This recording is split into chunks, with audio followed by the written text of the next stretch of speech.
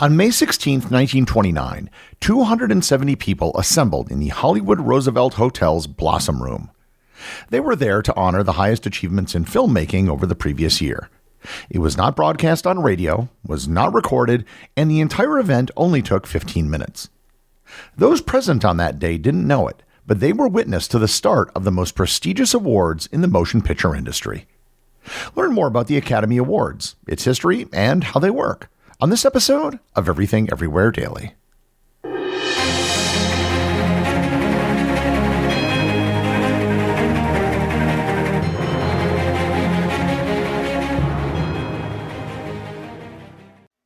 This episode is sponsored by Stitch Fix. Gary, you're such a fashionable dresser. Said no one ever. I've always been, how shall I say this, a very simple dresser. However, I do acknowledge the need for having some clothes that make you look your best. And I also realize that I am probably not the best person to be making fashion choices. That is where Stitch Fix comes in. I set up an account on Stitch Fix. I gave them all my size information, and I also went through a series of onboarding questions to tell them what sort of clothes I like and what my budget is.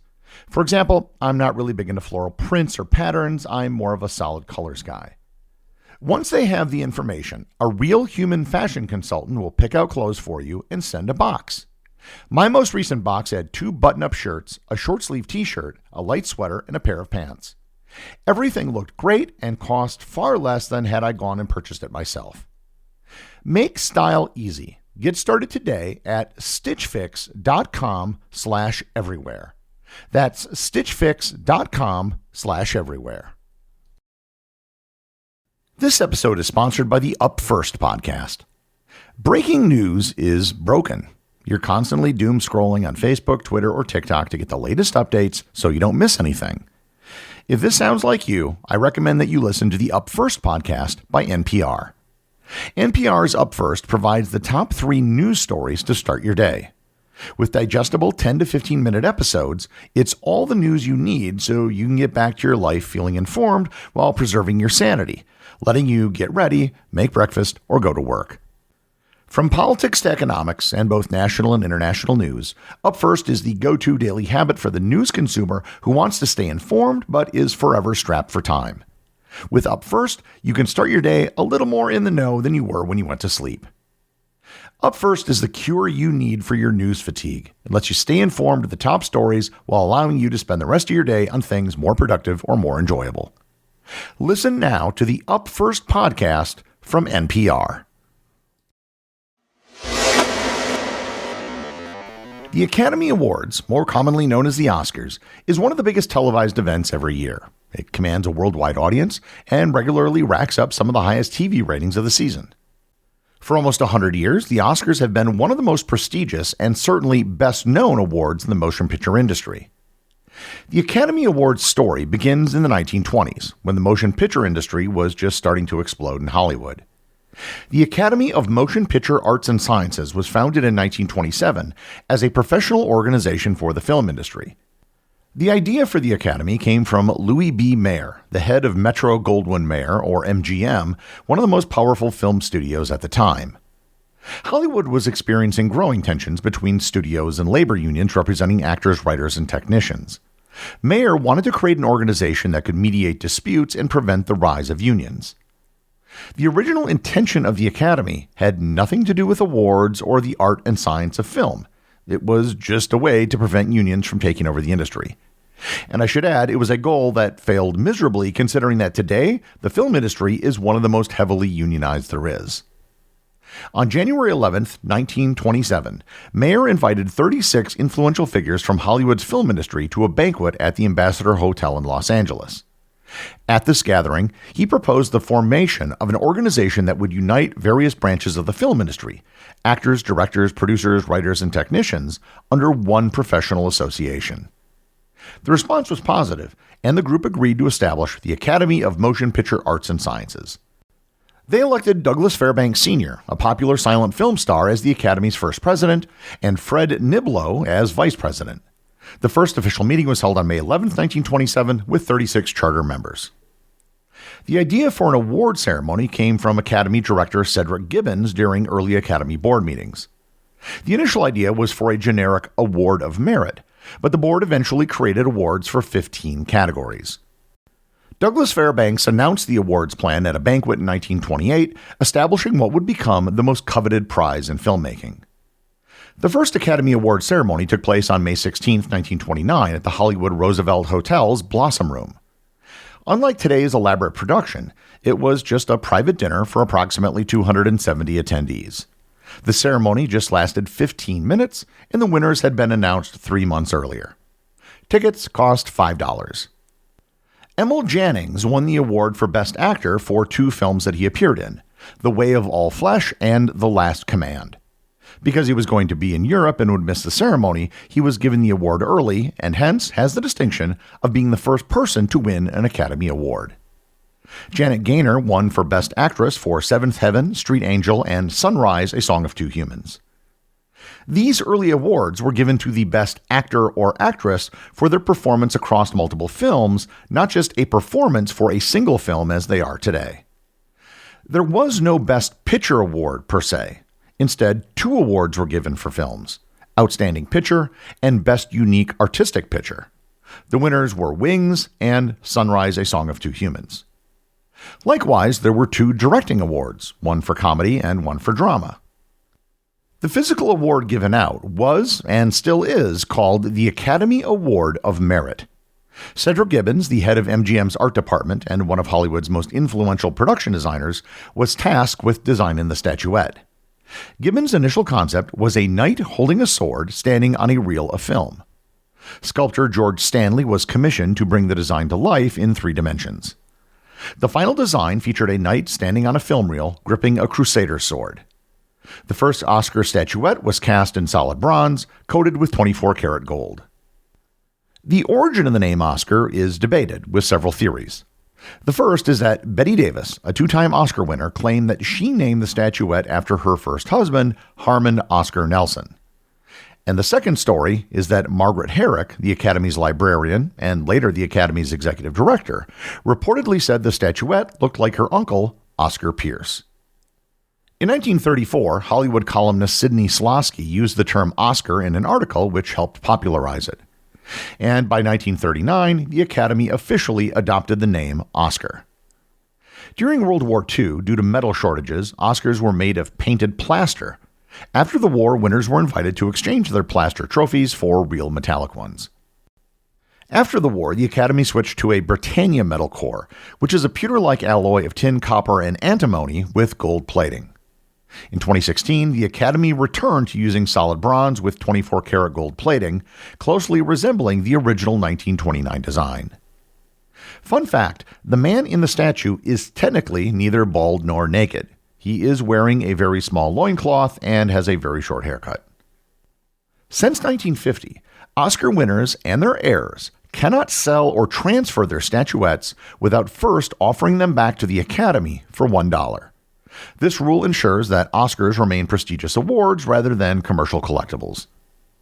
If an Oscar winner refuses the Academy's rule, then they cannot receive the award. Michael Jackson bought David O. Selznick's Oscar from Gone with the Wind for $1.5 million in 1999. This Oscar wasn't subject to the rules because it was awarded before 1950. Winners can donate their Oscars to a museum, but they cannot legally sell them. Given the glamour surrounding Hollywood, the low-key nature of the first awards pretty much ended with it. With the second award show in 1930, they were broadcast on radio, and in 1953, they were broadcast for the first time on television. In 1930, the Academy also began using sealed envelopes to maintain secrecy until the ceremony, after the Los Angeles Times leaked the winners beforehand. The Oscars were mostly an industry event until 1939, when Gone with the Wind won Best Picture. This was the most popular film of all time, and it added a level of prestige to the film and brought the awards to the attention of the general public. Over the years, the categories for which awards were given out have ebbed and flowed. For example, Best Cinematography was initially one category, and then split into 2 for color and black and white, and then back into 1. Best Supporting Actor and Actress categories were added in 1936. In 1940, the Best Visual Effects category, originally called the Best Special Effects category, was introduced. The Best Foreign Language Film category was officially introduced in 1956, and it was renamed Best International Feature Film in 2020. What most people don't realize about this category is that the award doesn't actually go to a person, but a country. However, in 2014, they changed the rules such that the director's name is etched on the statue, and the director gets to keep the physical award. Though animated shorts have been awarded since 1932, it wasn't until 2002 that Best Animated Feature category was introduced. This change was largely influenced by the rise of high-quality animated films in the 1990s, such as Disney's Beauty and the Beast and Pixar's Toy Story, which proved that animation was a serious art form worthy of competitive recognition. One of the most controversial changes in Oscar history came in 2009, when the Best Picture category was expanded from 5 nominees to a maximum of 10. This change was a response to criticism over the exclusion of widely popular films like The Dark Knight in 2008. The intent was to allow greater diversity in film representation, ensuring that both blockbuster and independent films had a better chance of being nominated. Traditionally, when awards were presented, the presenter would say, "And the winner is," but in 1989, the Academy changed it so that the presenters instead said, "And the Oscar goes to." Save for 3 years from 2019 to 2021, when the Academy was experimenting, every ceremony has had a host.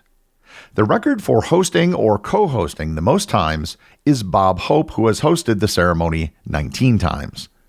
Runner-up is Billy Crystal, who has hosted the awards 9 times.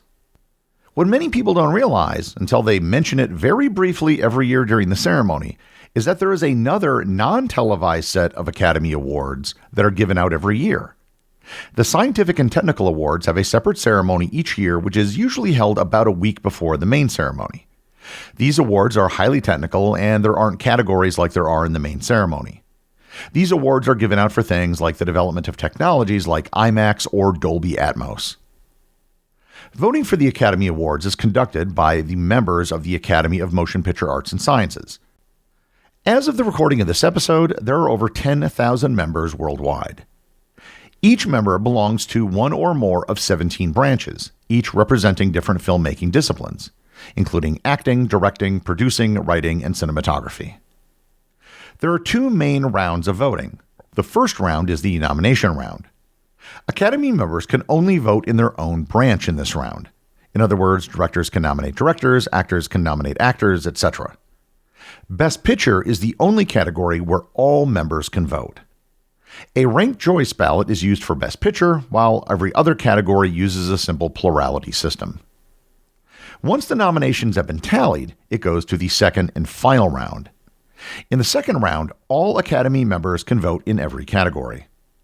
Each category uses a simple plurality vote. In other words, whoever gets the most votes wins. The exception is Best Picture, which again is determined using a ranked choice ballot. Since 1934, the accounting firm of PricewaterhouseCoopers has been responsible for counting and verifying votes, maintaining absolute secrecy, delivering sealed results to the Oscar ceremony. Votes are collected electronically, but then manually checked. A small PricewaterhouseCoopers team of usually just 2 people are responsible for counting the ballots. Each category's winner is sealed in an envelope, which is only opened on stage and is unknown to anyone other than the PricewaterhouseCoopers team. No electronic records of winners exist, only physical ballots and handwritten tallies. The final results are memorized by the PricewaterhouseCoopers team to prevent leaks. 2 identical briefcases carry the winners' envelopes via separate routes to the ceremony. Despite all the precautions, mistakes can still happen. The most famous of these was when the 2017 Best Picture winner was announced. La La Land was mistakenly announced the winner instead of Moonlight. The reason for the screw-up was because of the duplicate envelopes. For some reason, the duplicate envelope for Best Actress was given to the presenters for Best Picture. Emma Stone was the winner in the Best Actress category for La La Land. The way the card was printed, the name of the film was in large print and the name of the actress was in small print. When Warren Beatty and Faye Dunaway opened the envelope, they were confused, but saw in large print the words La La Land. The PricewaterhouseCoopers team backstage, who had memorized the results, immediately realized that there was a mix-up and corrected the problem and recognized the winner, Moonlight. It was embarrassing, but the correct award was given out, even though, in my humble opinion, La La Land was the better film. The big question with the Academy Awards is, how well do they do when it comes to actually selecting the films that are the best? It's actually a pretty mixed bag. In my film collection, I have every film that has won Best Picture going back to 1929. And I'd say that most of them, with the benefit of hindsight, were not actually the best films produced in the year that they won. Citizen Kane, Saving Private Ryan, Vertigo, 2001: A Space Odyssey, Star Wars, and a host of other films which have stood the test of time have never won the Oscar for Best Picture. However, sometimes they did get it right. That isn't to say the Best Picture winners are bad films, but they are often subject to industry pressure, voting campaigns, and other factors that have nothing to do with the film itself. It's best to just realize that the Academy Awards are what they are. They're awards given out by the industry to itself, not by film critics or the public. It's a night where the motion picture industry can get dressed up and get a lot of attention for themselves, even if the awards that they give out aren't perfect. The executive producer of Everything Everywhere Daily is Charles Daniel. The associate producers are Austin Oken and Cameron Kiefer. Today's review comes from listener This Girl Heart Your Show over on Apple Podcasts in the United States. They write, "Love. I love this podcast. All the episodes are interesting and Gary makes boring topics more fun. I love the World War II episodes. I love the Operation episodes." Well, thanks, This Girl. I'm glad to hear that you enjoy the show and that you like the World War II episodes. Listen to enough of them and you might be able to take part in Operation Completionist Club. Remember, if you leave a review or send me a boostagram, you too can have it read on the show.